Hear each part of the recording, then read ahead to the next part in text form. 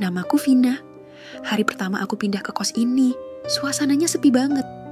Cuman ada 5 kamar dan aku dapet kamar nomor 4. Sebelah kamarku, kamar 5, katanya udah lama kosong.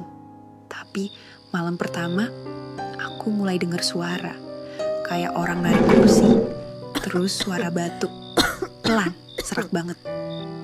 Aku pikir mungkin ada tetangga baru. Tapi pas besok paginya, aku tanya ke ibu kos, dia cuma jawab sambil nutup pintu kamar 5 rapat-rapat. Udah 2 tahun gak ada yang nempatin kamar ini. Malamnya, suara itu muncul lagi. Kali ini, suara shower nyala. Aku samperin pintu kamar 5, gak ada cahaya dari dalam.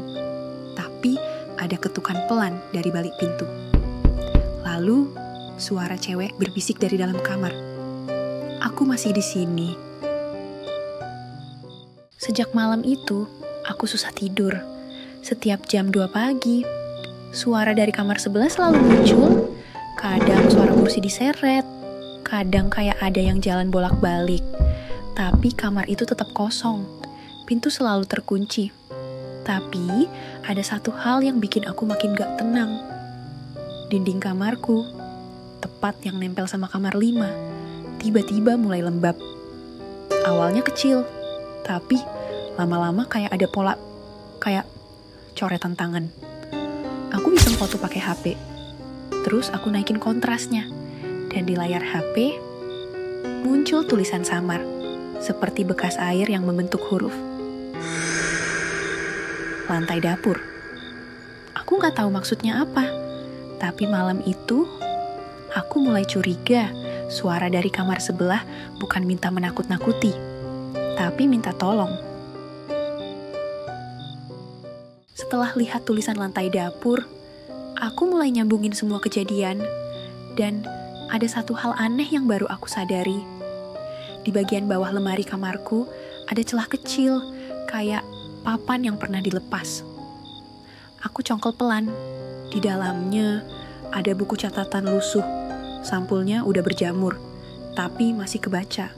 Tertulis di halaman depan, Sela kamar 5.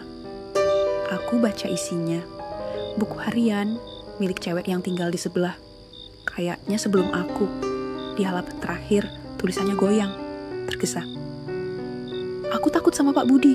Dia sering masuk kamar malam-malam. Kalau aku hilang, tolong cariin aku, lantai dapur. Tanganku gemetar. Aku tanya ke ibu kos, siapa Pak Budi? Dia diam sebentar, terus bilang, itu suami saya, tapi dia udah meninggal tahun lalu. Setelah baca buku harian itu, aku gak bisa tidur. Malamnya, aku baring sambil mantengin HP. Jam 2, HP-ku bunyi. Nomor gak dikenal. Aku angkat pelan. Halo? Tapi yang aku dengar cuma suara nafas cewek. Sesak, panik. Lalu pelan-pelan, suara itu bilang, Gali, ubin dapur. Suaranya gemetar, kayak menangis. Lalu telepon langsung mati. Aku cek log panggilan, gak ada. Nomor itu gak tercatat sama sekali. Aku coba tidur, tapi suara itu terus terngiang. Gali, ubin dapur. Aku gak tahan lagi. Jam 2 malam, aku ke dapur pelan-pelan. Semua penghuni lain udah tidur. Aku bawa obeng kecil dari laci kamar dan mulai congkel ubin persis di tengah dapur. Awalnya cuma debu dan tanah, tapi makin dalam. Aku nemu sesuatu. Plastik hitam besar, dililit rapat. Pas aku tarik pelan, bau busuk langsung nyerang. Hidungku perih. Aku hampir muntah. Tapi aku terusin. Plastik itu lengket, berat.